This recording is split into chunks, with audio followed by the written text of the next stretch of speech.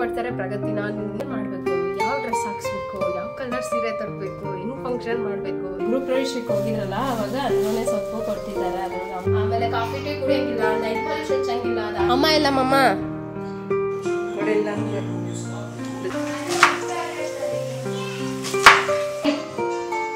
ಏನ್ ಮಾಡ್ತಾ ಇದೀಯಾ?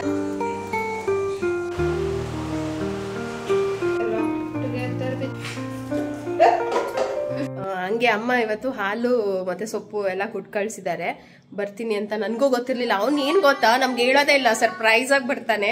ಪ್ರೀತಮ್ ಅಳ್ತಾ ಇದ್ದಾನೆ. ಬಂದ ಪ್ರೀತು, ಮಾಮ ಮಾಮ ಬಂತು. ಬಾ ಮಾಮ. ಮಾಮ ಅಳ್ತಾ ಇದ್ದಾನೆ ಅವನು. ಯಾರದ ಯಾರದ ಮಾಮ ಹೇಳು. ಒಂದ್ಸರಿ ನಾನು ತರ್ಬೇಕಾದ್ರೂ ಲೀಕ್ ಆಗಿ ಹೋಗಿತ್ತು. ಚಲ್ಬಿಟ್ಟೈತಾ ಜಾಸ್ತಿ?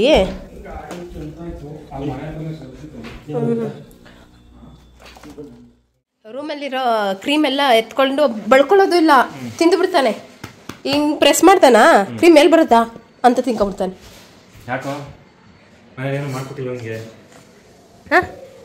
ಯಾರು ಬಂದಿದ್ದು ಪಾಪ? ಅಮ್ಮ ಎಲ್ಲಿ ಅಂತ ಕೇಳು, ಅಮ್ಮ ಎಲ್ಲಿ ಅಂತ ಕೇಳು.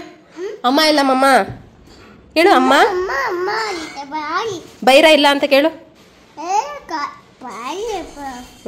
ಬಾರಿ ಚೆನ್ನಾಗಿ ಕೇಳ್ತೀಯ. ಊಟ ಮಾಡ್ದ ನಾಷ್ಟ? ನಂಗೂ ಕೊಟ್ಟೈತಲ್ವಾ, ಫೋನ್ ಮಾಡಿ ಹೇಳ್ತು ಕೊಟ್ಟಿದ್ದೀನಿ ರೊಟ್ಟಿನ. ಅದಕ್ಕೆ ಎದುರಿಸಕ್ಕೆ ಅಂತ ಮಾಡ್ದನ. ಜೋರಾಗಿ ಅಳ್ತಾ ಇದ್ದಾವ. ಡ್ಯಾಡಿ ಬೇರೆ ಅವರಲ್ಲ, ಹತ್ರ ವರ್ಕೌಟ್ ಆಗುತ್ತೆ ಅಂತ ಎಲ್ಲ ಸೊಪ್ಪೆಲ್ಲ ಸೋಸೆ ಕೊಟ್ಬಿಟ್ಟೈತೆ.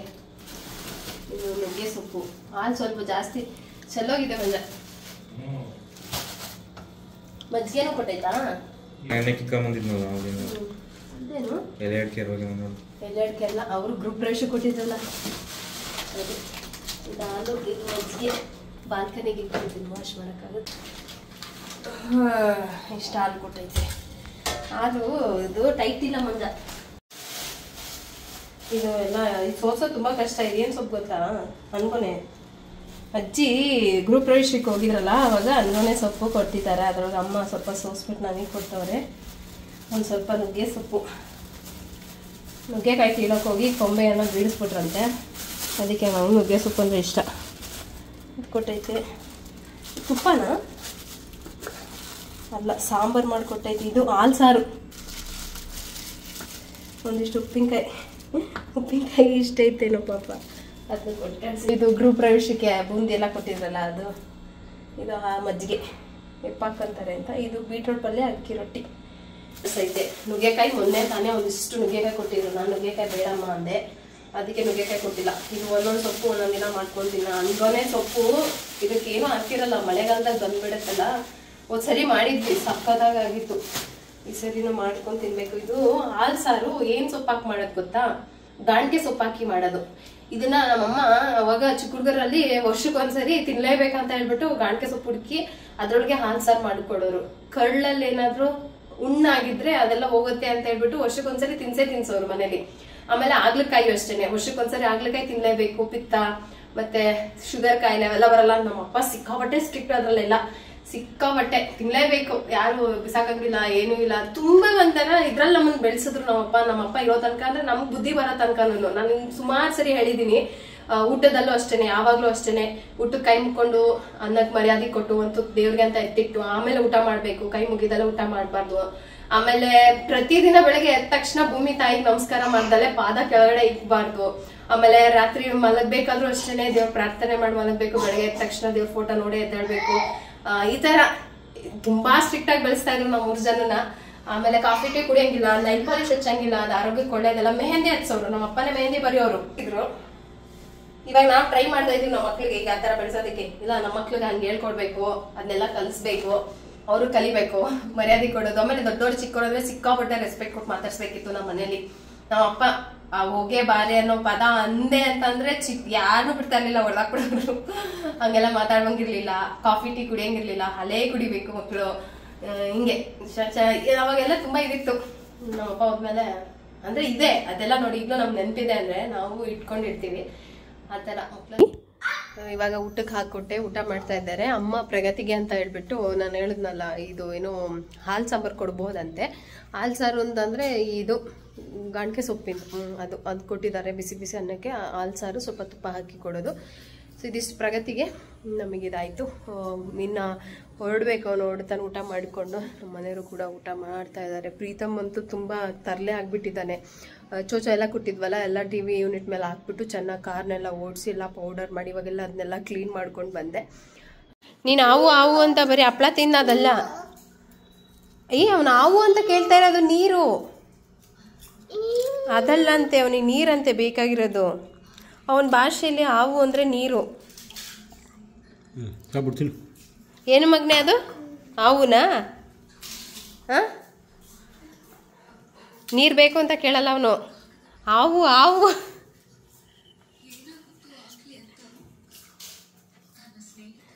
ಚೇರು, ಟೇಬಲ್ಲು ಈಗ ಎಲ್ಲ ಕಿತ್ತಿದ್ದು ಮತ್ತೆ ಅವ್ರ ಮಾವನ್ಗೆಲ್ಲ ಹಾಕ್ಸ್ಕೊಂಡ ಕಾಲ. ಸೊ ಇದು ಕ್ವಾಲಿಟಿ ಚೆನ್ನಾಗಿದೆ, ತೊಗೊಬೋದು. ವರ್ತಿದೆ. ಮಕ್ಕಳಿಗೆ ಸ್ಟಡಿ ಟೇಬಲ್ ಥರ ಯೂಸ್ ಮಾಡ್ಕೊಬೋದು, ತಿನ್ನೋದಕ್ಕೂ ಯೂಸ್ ಮಾಡ್ಕೊಬೋದು. ಸೊ ಪ್ರಾಡಕ್ಟ್ ಡೀಟೇಲ್ಸ್ ವಿಡಿಯೋ ನಾನು ಹಾಕಿದ್ನಲ್ಲ, ಇಂಟ್ರೆಸ್ಟೆಡ್ ಇದ್ದರೆ ಒಂದ್ಸರಿ ಚೆಕ್ ಮಾಡಿ. ಅಂದರೆ ಕ್ವಾಲಿಟಿ ಚೆನ್ನಾಗಿದೆ, ಇದೆಲ್ಲ ತುಂಬ ಚೆನ್ನಾಗಿದೆ, ಸ್ಟ್ರಾಂಗ್ ಆಗಿದೆ.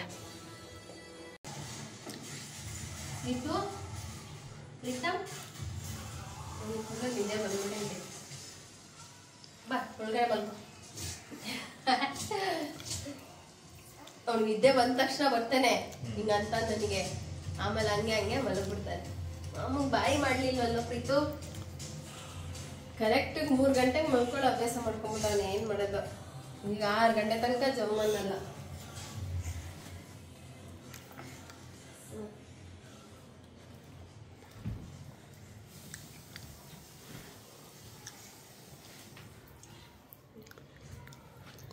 ಏನು ಇಲ್ಲಲ್ಲ, ಕೊಡ್ಬೇಕಿತ್ತ ಏನಾರು ತಂಬ ಕೇಳಿತ? ಇಲ್ಲಲ್ಲ, ಇಲ್ಲೇನಿದೆ ತಂದ್ಕೊಂಡು. ಸರಿ, ಈ ಥರ ಹೋಗ್ಬಿಟ್ಟು ಫೋನ್ ಮಾಡು. ಪೆಟ್ರೋಲ್ ಆಯ್ತಾ?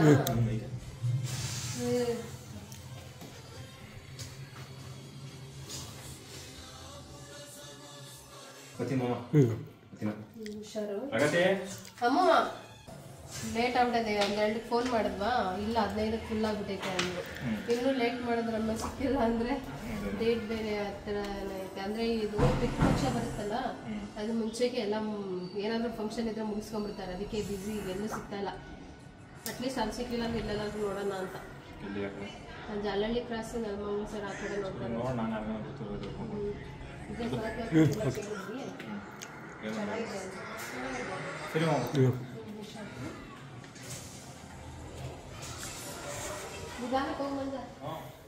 ಕೇಳಿದ್ರಿ ಯಾಕೆ ಅಂತಂದ್ರೆ ವ್ಲಾಗ್ನ ನಾನು ಕಂಟಿನ್ಯೂಸ್ ಆಗಿ ಕ್ಲಿಯರ್ ಆಗಿ ಅಪ್ಲೋಡ್ ಮಾಡೋಕ್ಕಾಗಲಿಲ್ಲ. ಯಾಕೆ ಅಂತಂದ್ರೆ ನಾನು ತುಂಬಾ ಬಿಸಿ ಆದೆ. ಸೊ ವಿಡಿಯೋ ಶೂಟ್ ಮಾಡೋರು ಯಾರು ಇರಲ್ಲ ನಮ್ಮ ಮನೆಯಲ್ಲಿ, ನಾನೇ ಮಾಡಬೇಕು. ಸೊ ನಾನು ಬಿಟ್ಟರೆ ನನ್ನ ಮಗಳು ಮಾಡಂಗಿರ್ಲಿಲ್ಲ. ಸೊ ಹಾಗಾಗಿ ಇದೆಲ್ಲ ಆಗಿ ಸುಮಾರು ಒಂದು 15-16 ಡೇಸ್ ಆಯ್ತು. ಸುತ್ತ ತೆಗ್ದಿದ್ದು ಆಯ್ತು. ಆಲ್ಮೋಸ್ಟ್ ಎಲ್ಲಾನು ಮುಗಿಸ್ಕೊಂಡಿದೀವಿ. ಇವಾಗ ಏನೂ ಇಲ್ಲ. ಫಂಕ್ಷನ್ ಮಾಡ್ತೀರಾ ಅಂತ ಅಂದ್ರು. ಜೀವನದಲ್ಲಿ ನನಗೊಂದು ಆಸೆ, ಆವಾಗಿನ ಕಾಲಕ್ಕೆ ನಮ್ಮಮ್ಮ ನಮಗೆ ಇಬ್ಬರು ಹೆಣ್ಮಕ್ಳು ಆದ್ರೂ ಫಂಕ್ಷನ್ ಮಾಡಿ ಎಲ್ಲಾನು ಚೆನ್ನಾಗಿ ಮಾಡ್ಕೊಟ್ಟಿದ್ರು. ಸೊ ನನಗಿರೋ ಒಬ್ಳೆ ಮಗಳು, ನಾನು ಬದುಕಿದ್ದೀನಿ, ನಾನಿವಾಗ ಲೈಫಲ್ಲಿ ಇದ್ದೀನಿ.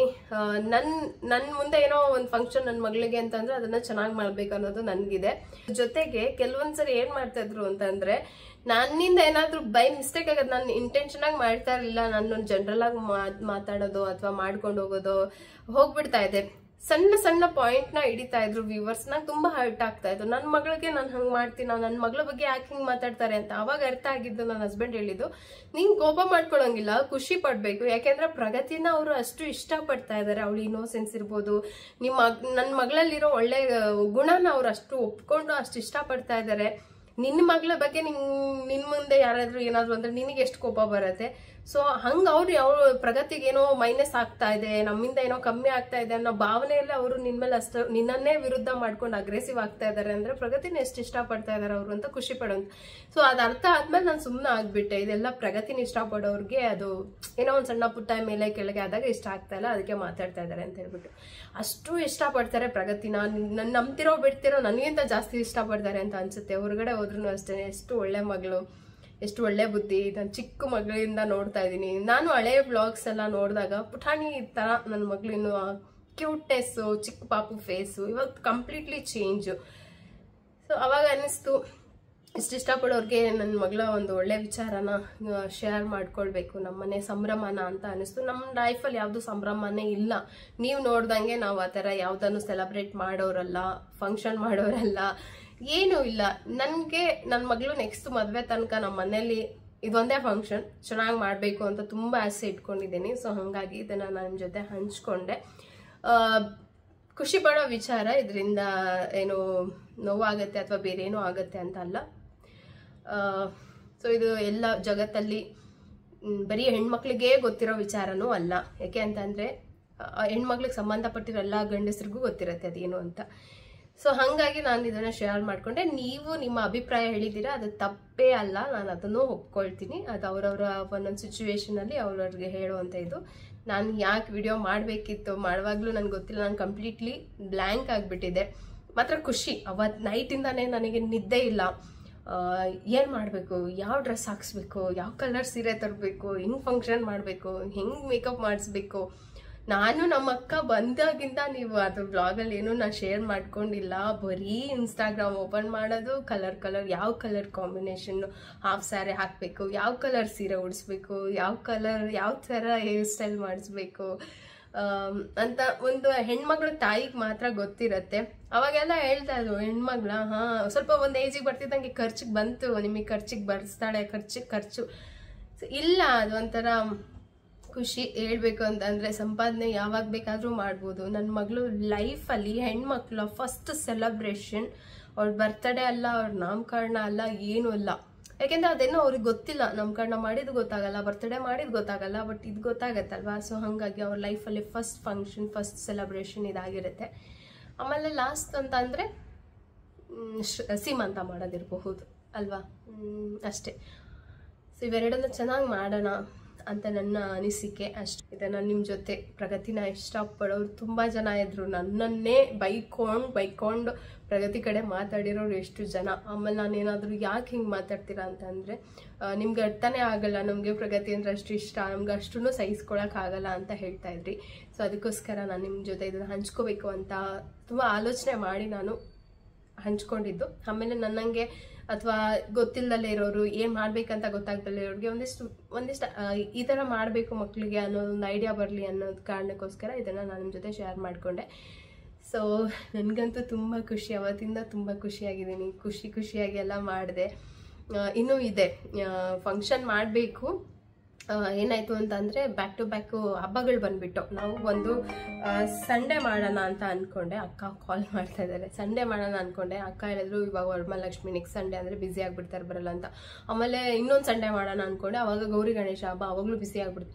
ಸೊ ಹಿಂಗೆ ಅದು ಮುಂದಕ್ಕೆ ಹೋಗ್ತಾ ಇದೆ. ಡೇಟ್ ನೋಡಿಬಿಟ್ಟು ನಾವು ಡೇಟ್ ಫಿಕ್ಸ್ ಮಾಡಿ ಒಂದು ಫಂಕ್ಷನ್ ಮಾಡೋಣ ಅಂತ ಅಂದ್ಕೊಂಡಿದ್ದೀನಿ. ಆಮೇಲೆ ನೋಡಿ ಎಷ್ಟು ಜನ ವಿಶ್ ಮಾಡಿದ್ದೀರಾ. ಪ್ರಗತಿಗೆ ಆಯಸ್ಸು, ಆರೋಗ್ಯ, ವಿದ್ಯಾ, ಬುದ್ಧಿ, ಸಕಲ ಐಶ್ವರ್ಯ ಕೊಟ್ಟು ಭಗವಂತ ಕಾಪಾಡಲಿ, ಒಳ್ಳೇದಾಗಲಿ ಮಗಳೇ ಅಂತ. ಸೊ ಈ ಆಶೀರ್ವಾದ ಬೇಕಿತ್ತು ನನ್ನ ಮಗಳಿಗೆ. ಸೊ ಅದಕ್ಕೋಸ್ಕರ ನಾನು ಮಕ್ಕಳ ಹತ್ರ ಮಾತಾಡ್ಬಿಟ್ಬಿಡ್ತೀನಿ. ಹಾಗೆ ಇದೆಲ್ಲ ನಡೆದು ಸುಮಾರು ದಿನಾನೇ ಆಗಿದೆ. ಅಂತಂದರೆ ನಾನು ಇವಾಗ ಪ್ರಗತಿನ ಆಲ್ರೆಡಿ ಸ್ಕೂಲಿಗೆ ಕೂಡ ಕಳಿಸ್ತಾ ಇದ್ದೀನಿ. ಎಲ್ಲ ಥರದ ಏನು ನನ್ನ ಮಕ್ಕಳಿಗೆ ನಾನು ಏನೇನೆಲ್ಲ ಮಾಡಬೇಕು ಒಬ್ಬ ತಾಯಿಯಾಗಿ ಅದನ್ನೆಲ್ಲ ನಾನು ಮಾಡಿದ್ದೀನಿ. ಬಟ್ ಇದನ್ನು 3 monthsವರೆಗೂ ನಾವು ಕೇರ್ ಮಾಡಬೇಕು.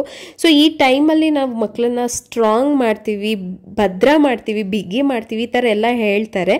ಸೊ ಅದಕ್ಕೆಲ್ಲ ಇದು ಒಳ್ಳೆಯ ಒಂದು ಅವಕಾಶ ನಮಗೆ, ನಮ್ಮ ಮಕ್ಕಳನ್ನ ನಾವು ಎಷ್ಟು ಹೆಣ್ಮಕ್ಳನ್ನ ಸ್ಟ್ರಾಂಗ್ ಮಾಡೋದಕ್ಕೆ. ಮತ್ತು ಹಾಗೆ ಕೂಡ ಅವರ ಸ್ಕಿನ್ ಕೇರ್, ಹೇರ್ ಕೇರ್ ಎಲ್ಲನೂ ಕೂಡ ಈ ಒಂದು ಟೈಮಲ್ಲಿ ಮಾಡಬಹುದು. ನಿಮಗೆ ನಿಮ್ಮ ಮಗಳು ಎಷ್ಟು ಚೆನ್ನಾಗಿ ಕಾಣಿಸ್ಬೇಕು ಅನಿಸುತ್ತೋ ಅಷ್ಟು ಚೆನ್ನಾಗಿ ನೀವು ಮಾಡ್ಕೋಬೋದು. ಅದೆಲ್ಲ ನಿಮಗೆ ಬಿಟ್ಟಿದ್ದು. ಇನ್ನು ಕೆಲವೊಂದಿಷ್ಟು ಏನಂತಂದರೆ ಅರಿಶಿನ, ಕಡಲೆ ಹಿಟ್ಟು ಹಾಕಿ ಮುಖವನ್ನು ತೋರಿಸೋದಾಗಿರ್ಬೋದು. ಸ್ಕಿನ್ ತುಂಬ ಚೆನ್ನಾಗಿ ಬ್ರೈಟ್ ಆಗುತ್ತೆ. ಆಮೇಲೆ ನಿಂಬೆ ಹಣ್ಣಿನ ಎಲೆ ಮತ್ತು ಇದು ಎಳ್ಳಿಕಾಯ್ದು ಮತ್ತು ಬೇವಿನ ಸೊಪ್ಪಿನ ಎಲೆ ಇದನ್ನೆಲ್ಲ ನೀರಲ್ಲಿ ಚೆನ್ನಾಗಿ ಕುದಿಸಿ ಆ ನೀರೆಲ್ಲ ಹಸಿರು ಕಲರ್ ಆದಮೇಲೆ ಅದರಲ್ಲಿ ಸ್ನಾನ ಮಾಡಿಸೋದು.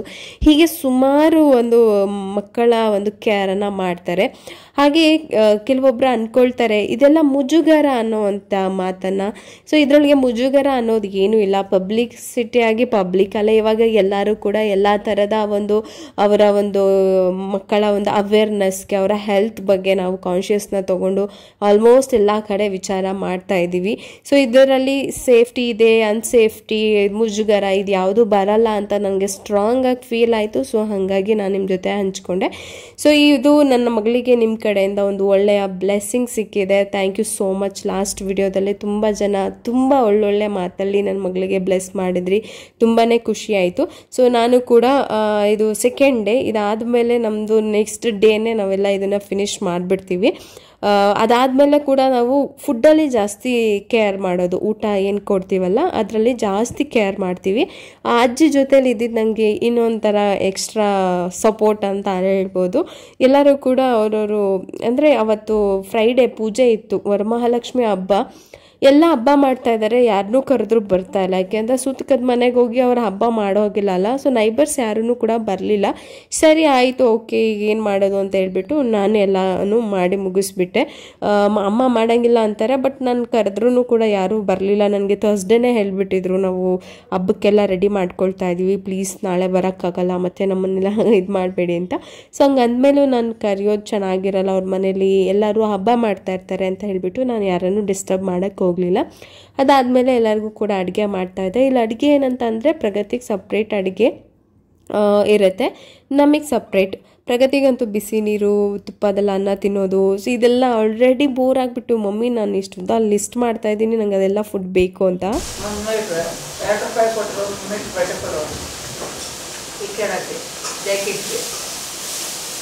ಮತ್ತೆ ಊಟ ಕೊಡಬೇಕು ಅಂದರೆ ಹೋಟೆಲ್ ಇತ್ತು ಅವಾಗ, ಹೋಟೆಲ್ ಡಾಬಾ ಥರ ಇಲ್ಲ ಇಲ್ಲ ನಾವೇ ತಿನ್ಬೇಕಾ?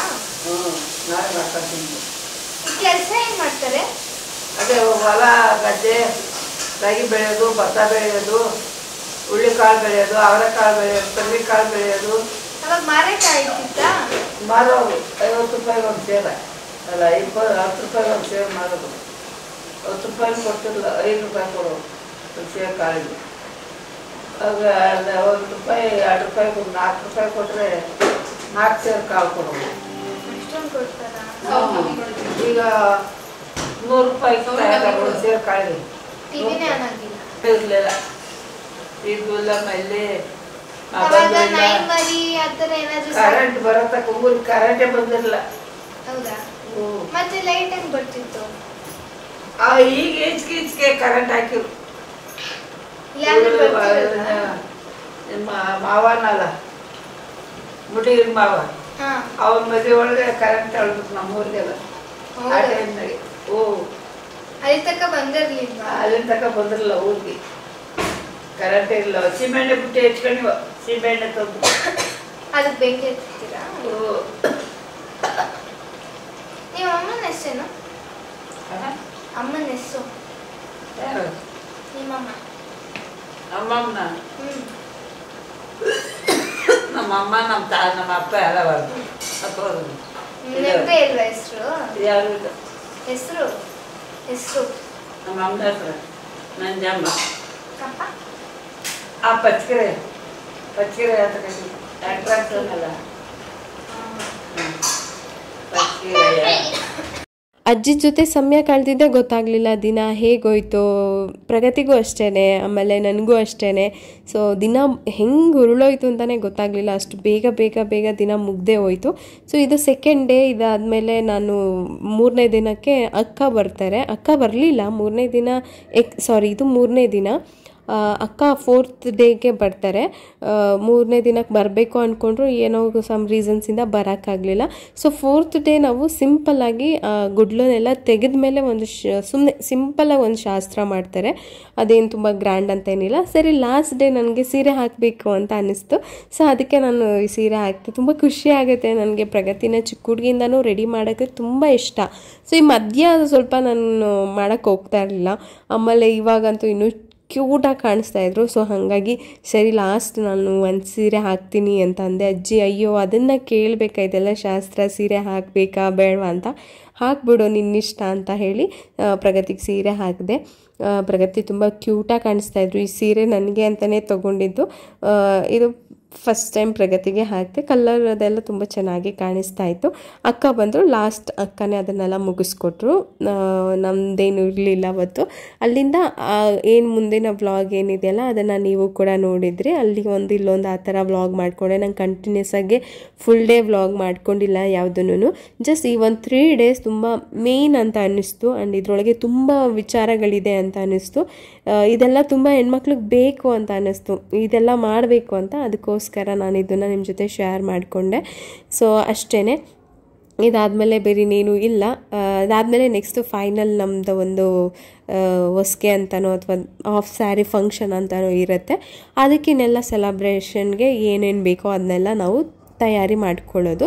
ಸೊ ಇದಾದಮೇಲೆ ನಾವು ವರಮಹಾಲಕ್ಷ್ಮಿ ಹಬ್ಬ ಮಾಡೋದು. ಅದಾದಮೇಲೆ ಗೌರಿ ಗಣೇಶ ಹಬ್ಬ. ಅದಾದಮೇಲೆ ನಾವು ಫಂಕ್ಷನ್ ಇಟ್ಕೊಳ್ಳೋಣ ಅಂತ ಅಂದ್ಕೊಂಡಿದ್ದೀವಿ. ಯಾಕೆ ಅಂತಂದರೆ ಹಬ್ಬಗಳ ಮಧ್ಯೆ ಇಟ್ಕೊಂಡ್ರೆ ನಾವು ಯಾರನ್ನೆಲ್ಲ ಇನ್ವೈಟ್ ಮಾಡ್ತಿರೋ ಅವರೆಲ್ಲ ಬರೋದಕ್ಕೆ ಪ್ರಾಬ್ಲಮ್ ಆಗುತ್ತೆ. ಸುಮ್ಮನೆ ಅವ್ರ ಹಬ್ಬದ ಟೈಮಲ್ಲಿ ಬೇಡ ಅಂತ ಹಾಗೆ ಮಾಡ್ಕೊಂಡಿದ್ದೀವಿ. ಸೊ ಇಲ್ಲಿಗೆ ನಮ್ಮ ಮನೇಲಿ ನನ್ನ ಮಗಳಿಗೆ ಏನು ಶಾಸ್ತ್ರ ಮಾಡಬೇಕಾಯಿತು 16 ದಿನದ ಶಾಸ್ತ್ರ ಮುಗ್ದೋಗಿದೆ.